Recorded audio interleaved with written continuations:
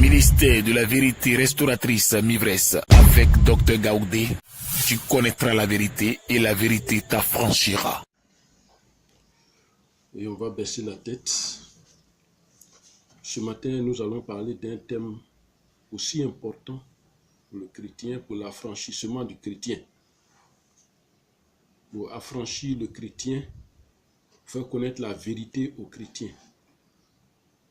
C'est pourquoi nous baissons la tête. Et nous confions ce moment au Seigneur, cette parole au Seigneur, pour que lui-même vienne nous enseigner.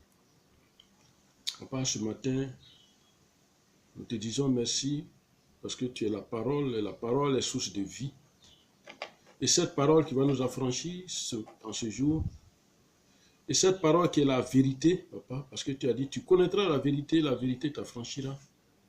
Papa, que cette parole nous édifie, nous affranchit.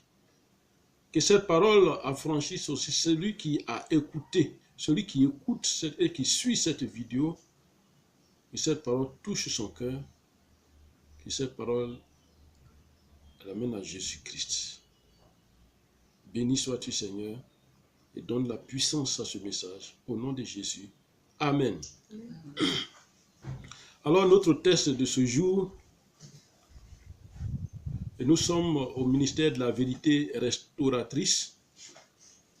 Et notre test de ce jour que le Seigneur nous donne est tiré de Matthieu 17, versets 14 à 20. Matthieu 17, versets 14 à 20. Je lis la parole. On écoute la parole de Dieu. Lorsqu'il fut arrivé près de la foule, un homme vint se jeter à genoux devant lui. Un homme vint se jeter à genoux devant Jésus et dit, Seigneur, aie pitié de mon fils, qui est lunatique et qui souffre cruellement. Il tombe souvent dans le feu et souvent dans l'eau. Je l'ai amené à tes disciples et ils n'ont pas pu le guérir. Amen. Amen. Jusqu'au verset 20. Race incrédule et perverse. Répondit Jésus. Jusqu'à quand serai-je avec vous? Jusqu'à quand serai-je avec vous? Jusqu'à quand vous supporterai-je? Jusqu'à quand vous supporterai-je? Amenez-le-moi ici. Amenez-le-moi ici. Jésus parla sévèrement aux démons qui sortit de lui et l'enfant fut guéri à l'heure même. Et l'enfant fut guéri à l'heure même. Alors les disciples s'approchèrent de Jésus. Et lui dit en particulier. Pourquoi n'avons-nous pu chasser ce démon? Pourquoi n'avons-nous pu chasser ce démon? Pu chasser ce démon. C'est à cause de votre incrédulité. C'est à cause de votre incrédulité, leur dit Jésus. Je vous le dis en vérité. Je vous le dis en vérité. Si vous avez de la foi comme un grain de sénévé, si vous avez de la foi comme un grain de sénévé, vous direz à cette montagne, transporte-toi d'ici, là, et elle se transporterait. Rien ne vous serait impossible. Amen. Amen.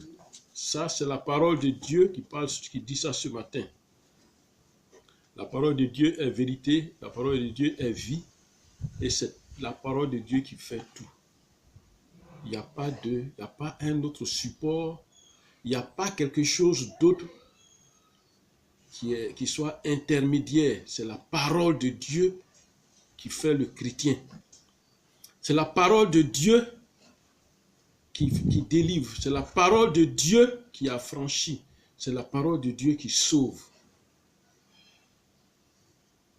Alors ce matin, nous venons d'écouter un test. Parce que tout doit partir de la parole de Dieu. Que ce soit un thème, une conférence religieuse.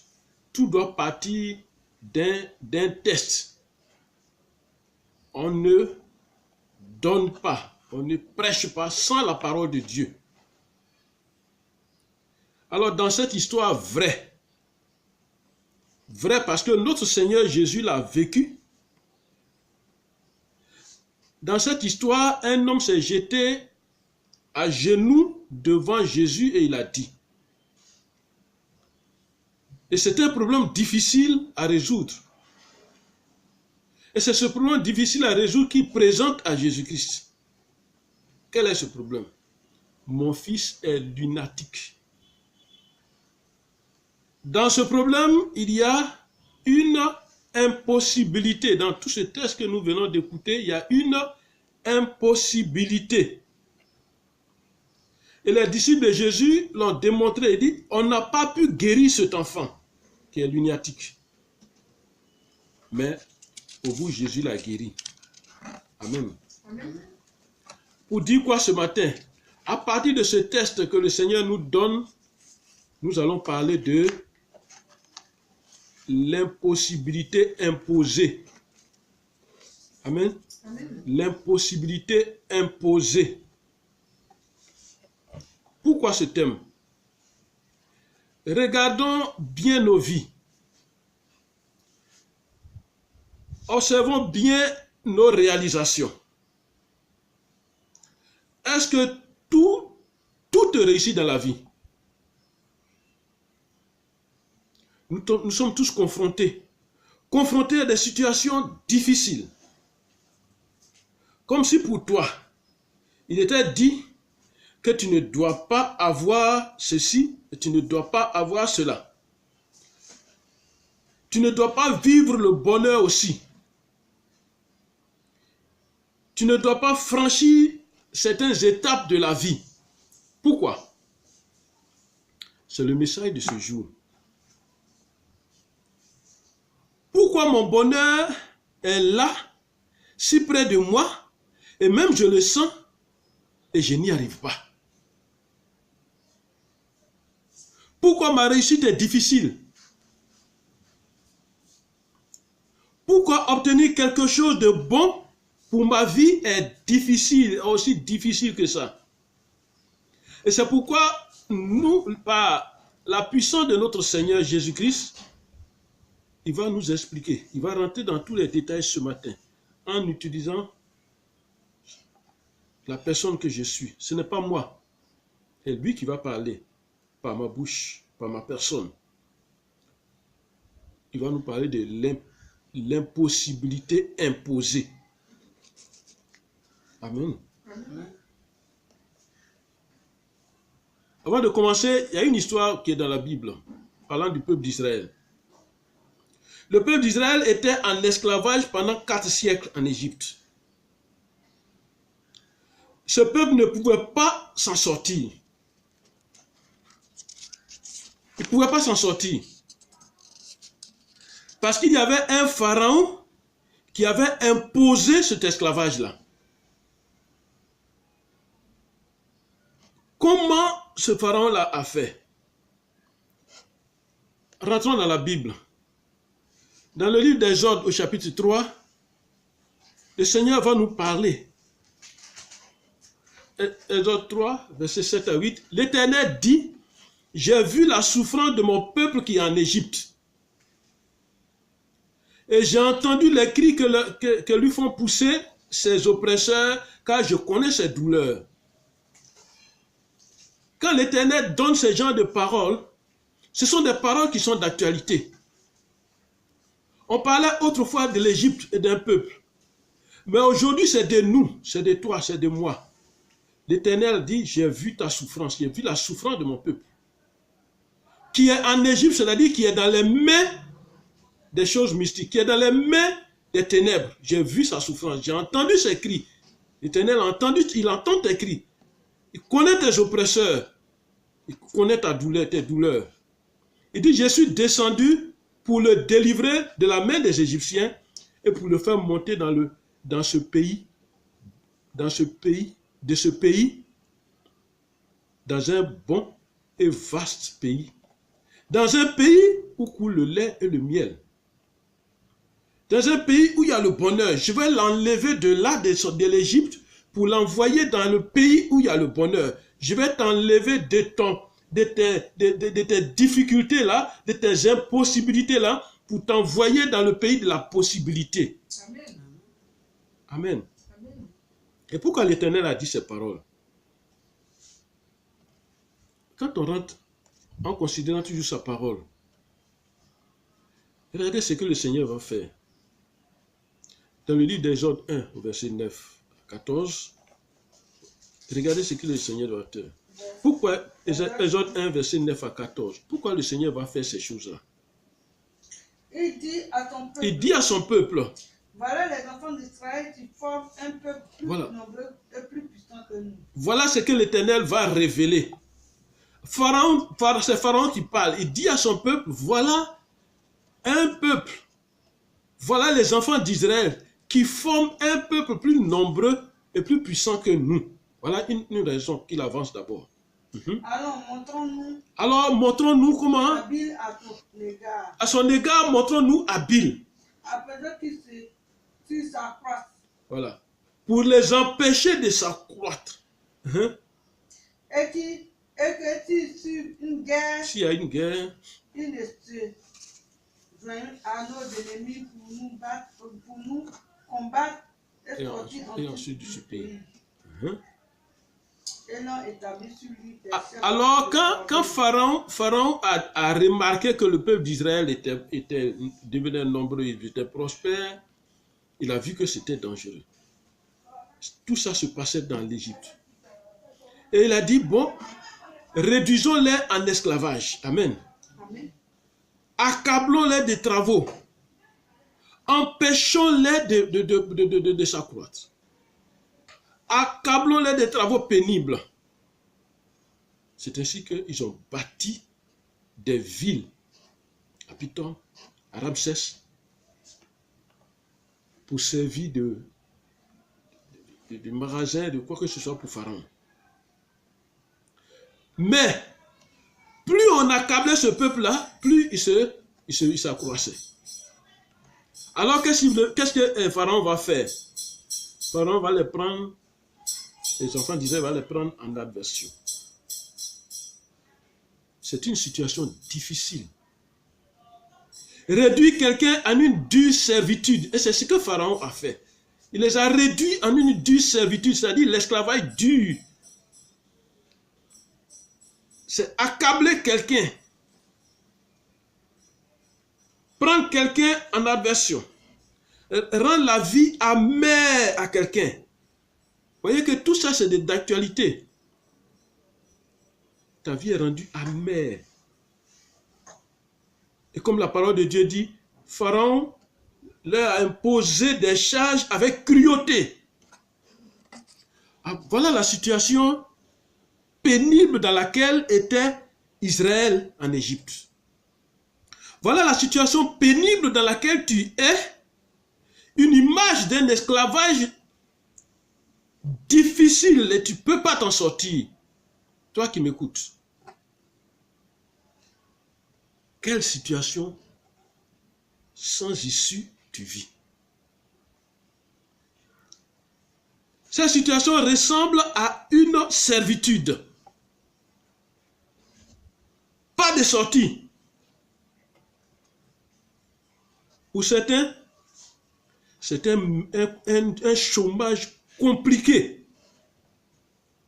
Il est impossible de s'en sortir.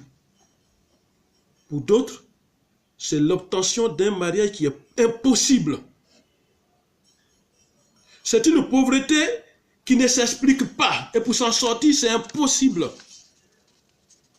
C'est une misère impossible. C'est un oubli. Ou c'est un rejet partout où tu passes. Et c'est impossible qu'on se souvienne de toi. Et tu ne comprends pas. Et tu te poses des questions. Et les années passent. Alors que tu as des diplômes. Alors que tu as même une spécialisation. Tu es spécialisé en quelque chose. Mais c'est impossible d'avoir un emploi. C'est impossible de te marier. C'est impossible de faire quelque chose. Qui t'a imposé cette impossibilité. Qui t'a imposé ça? Ce n'est pas Dieu. Dieu ne nous a pas créés pour vivre ces situations compliquées, difficiles, impossibles.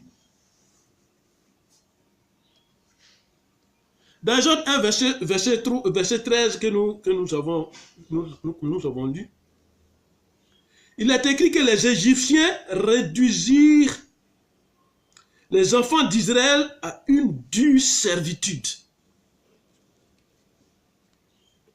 Mes frères, mes sœurs, vous qui suivez cette vidéo, qui suivez cette parole, c'est normal d'avoir des impossibilités dans la vie. Mais ne vivre que d'impossibilités est anormal. Les impossibilités continuelles dans la vie ne sont pas normales.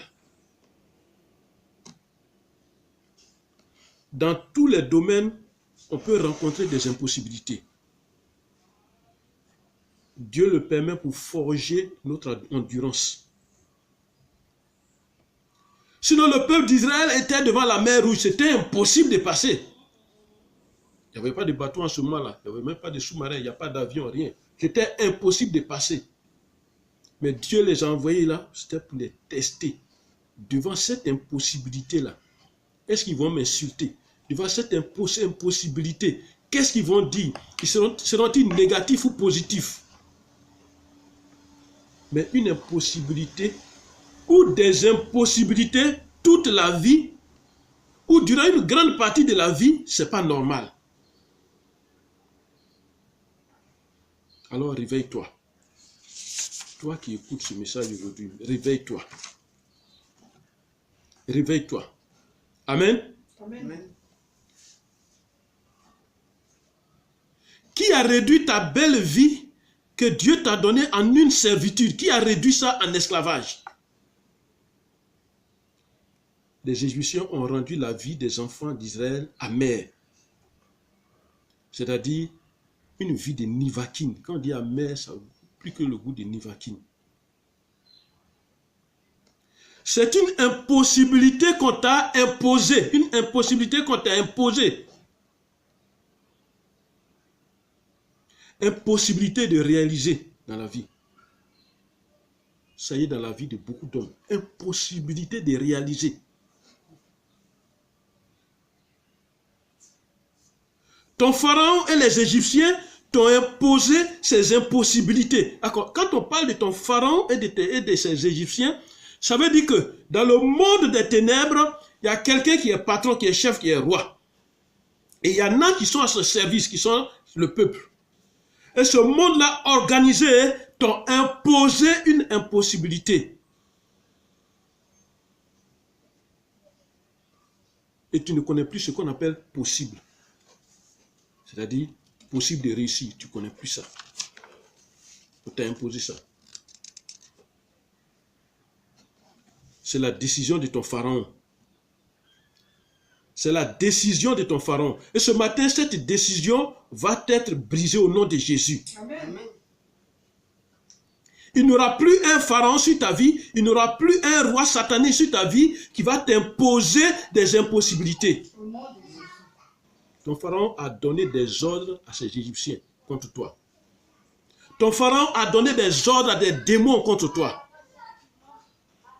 Et c'est avec cruauté qu'il t'a imposé toutes ces charges-là. Chômage, vagabondage, souffrance, misère, pauvreté. C'est avec cruauté qu'ils t'ont imposé tout ça. Impossibilité d'être reçu.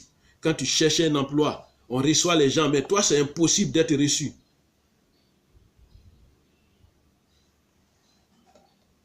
Impossibilité d'obtenir un rendez-vous d'entretien, d'embauche. Impossibilité. Même stage, même pour soutenir. Impossibilité de l'obtenir. Impossibilité de déposer les dossiers quelque part. C'est toi, tes dossiers vont se perdre. C'est toi, ton dossier va arriver au dernier moment et on dit que le dépôt est clos. Impossibilité de joindre les deux bouts pour toi qui travailles. Tu as un salaire, mais jusqu'au 15 du mois, ça ne va plus. Tu n'as plus d'argent. Impossibilité. Parce que l'ennemi veut que tu t'endettes. Alors quand tu t'endettes, tu demeures dans son Égypte. L'ennemi veut que tu souffres financièrement. Alors, devant cette difficulté, Job a dit un jour, oh, s'il était impossible d'apaiser ma douleur, et si toutes mes calamités étaient sur une balance, comment j'allais peser ça? Job 6, verset 2. Une impossibilité était même imposée à notre Seigneur Jésus-Christ. Ça va t'étonner. Le sacrifice à la croix à ta place pour te sauver. Qui pouvait accepter ça? Et cette décision de l'Éternel était incontournable. Et Jésus lui-même a dit, mon Père, s'il est possible que cette coupe s'éloigne de moi. Matthieu 26, verset 39. S'il est impossible, c'est possible. Parce que Jésus voyait l'impossibilité de passer par là. Jésus voyait que c'était inévitable. Toi qui m'écoutes, il y a des moments difficiles dans la vie où tu prononces ces paroles que Jésus a prononcées. Et Dieu, si cette maladie qui me maintient couché pouvait quitter, mais c'est une impossibilité qu'on t'a imposée. Tu dois être malade, couché. Si ce célibat pouvait me quitter, il pouvait me libérer, j'allais me marier vraiment. Mais on t'a imposé ça. Amen. Amen. Si cette souffrance et cette misère dans laquelle je suis pouvait s'arrêter, mais non, ce n'est pas en te lamentant. Mais après ces paroles, Jésus a dit quelque chose d'important. Il dit, Dieu, c'est ta volonté qui compte. Amen. Amen. En Marc 14, verset 36, on va lire. Marc chapitre 14.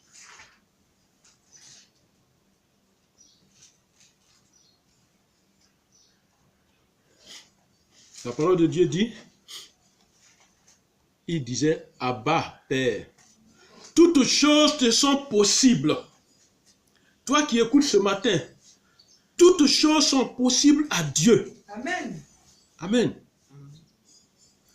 Toutes choses te sont possibles. C'est Jésus qui disait ça. Mais éloigne de moi cette coupe.